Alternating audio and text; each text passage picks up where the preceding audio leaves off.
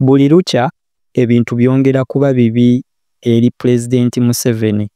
Mu Lukiga district abantu bamuleseewo ku katuuti ng'akyayogera era abantu babadde banyiivu nnyo nga kiraga nti President Museveni tebakyamwetaaga, baagala His Excellency Bobi Wine. Museveni yabadde Lukiga ng'agenze okutegeeza abantu ku nsonga za Parish Development Model wamu n'okubannyonnyola ku mirimu NRM ennaku zino gyekola. Video gyolaba mu background yawo, Mwami Museveni yabadde ali Lukiga mu bitundu byeyo ng'awa speech. Abantu ne bava ku lukuŋŋaana ng'akyayogera ne badduka olw'okubasuubiza bagamba PDM nga tebabitegeera. Abo ne bagamba guno omukolo tetujja gusobola katudduke. So temulowooza nti abantu b'omu Eastern Uganda bali bulungi. No, bano abantu babadde babawuddisa ebbanga nga balimba abantu mu Western Uganda. Naye abantu bavudde ku mukolo ogwo nga n'omwami oyo akyayogera Museveni ne bafubutuka 10. So osobola okunoonya ku video eno muyinza okugamba nti oba mbalimba nga mulaba bali screen nga bakulaga ssebo omwami ali mu kutabbira okitegeera. Abantu badduse 10 nga bagate twetegeera musajja muyaala. Museveni ku mateeka agafuga ebyokulonda mu Uganda gasoma nti omuntu yenna agenda okwesimba ku bukulembeze bw'eggwanga alina okubeera nga mulamu nga si mulema. Museveni mulema era alina kubeera mu kazolite, tateekeddwa kwesimba wantu wonna. Nkiddamu Kyamando Commission Simon Bakama, Museveni tateekeddwa kwesimba wantu wonna mu ggwanga, mulema. Ekyo kimanyi bulungi nnyo, mulema tateekeddwa kwesimba wantu wonna. Is physically unfit to contest. Ekyo kiri mu constitution ya Electoral Commission era nga Uganda egivunaanyizibwako. Omusajja yafa omukono ogwa kkono tegukyakola, kitegeeza tasobola dde okukwata emmundu wadde okukwesa asobola okusayininga ekigambo kyonna kubanga is unfit, mulema, is disabled. Museveni mulema tateekeddwa kubeera awo, tateekeddwa kwesimba wantu wonna. Kyekisookera ddala. Simon Byabakama buno obubaka bukutuukeko. Ba freedom fighters, ba lawyers, aba national platform. Museveni is a disabled pan. Tasobola kwetakizibwa kwesimba ku ballot paper kubanga tebakkiriza balema kwesimba kuwa president. Museveni mulema.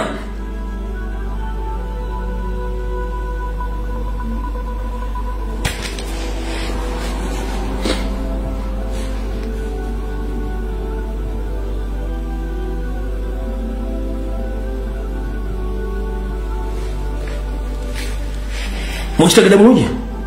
Museveni muki mulema. Tugenze kantu akoko.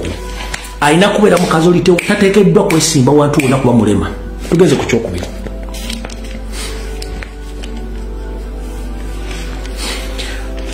Constitutional Electoral Commission eragira omuntu yenna agenda okwesimbawo olina okupresentinga ekifaananyi ekiri current nga bw'ofaana bwe kirina okujja. Wabula Museveni ekifaananyi kyakozesa kya 2016 nakati kiba kyakozesa. Bakugamba Electoral Commission to allow you to contest on the presidential elections, you're supposed to present a current photograph. Since 2016 ekifaananyi kibatambuza nakati kyebagenda okuleeta ekimenya mateeka. Ekifaananyi kya Museveni kiri kati tebasobola kitya ku ballot paper.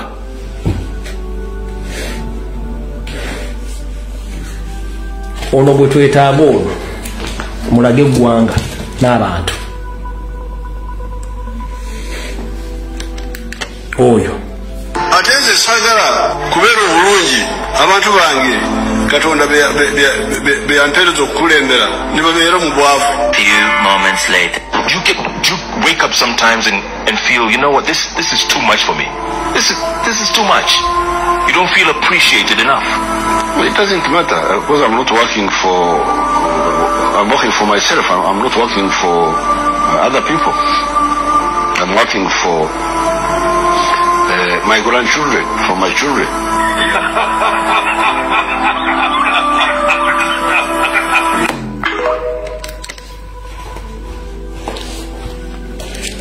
So mukulu Simon Byabakama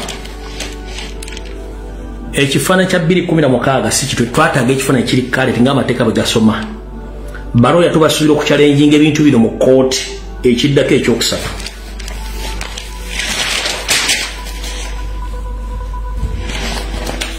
One, Museveni mulema tateekeddwa kwesimbawo ku mateeka gali clear, teri mulema akkiriza kwesimbawo ku kifo kya president. Ekyokubiri, ekifaananyi kye balaga essaawa zino si kye kituufu kyali.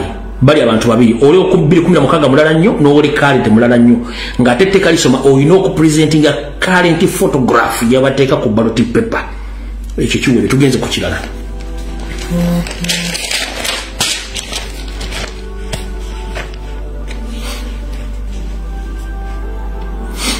Electoral Commission okimanyi bulungi nnyo nti Museveni akyusa amannya alinga bitaala bya mu Uganda kumakyo osanga bitunudde ensambya olwo bisaba bitunuddewa kusaya Queen mu kalwa akawedde twamugisa erinnya Tibahabulwa siwe ki Electoral Commission njagala mundage ku portrait yo n'ekifaananyi kiri kale nga kuliko erinnya Tibahabulwa. Njagala mundage official document yonna yose erinnyando gyasayininze ng'eriko erinnya Tibahabulwa oba nga lisirisiddwako ewantu wonna mu signing gy'abakoze oba ku official document yonna gy'abakoze nga kuliko erinnya Tibahabulwa.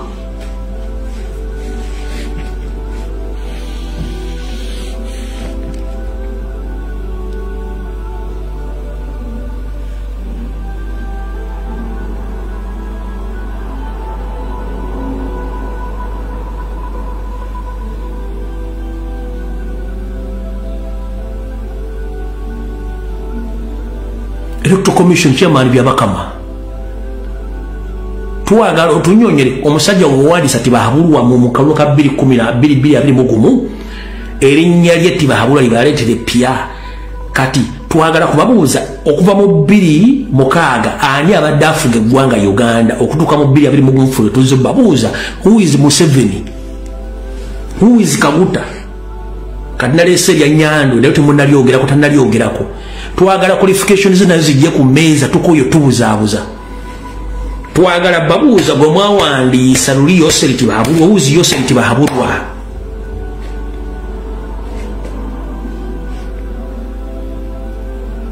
Era njagala mutulage official portrait y'ekifaananyi kye nga kuliko erinnya Tibahabulwa.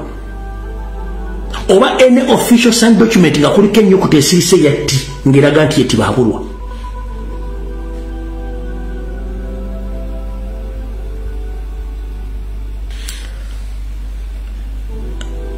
Bana Uganda muli nnyo muzannyo ekizibu kye mwena kiri ekizibu eki kankibabuulira. Tu want to expose nga Museveni history we family ye obubbi bwe buli kimu. Wabula basinga obungi mwesolere gwa nagamba kubanga tebakwatako. Ng'oyagala okumanya nti bana Uganda bakambwe nnyo era basobola okujja ku gavumenti mu nnaku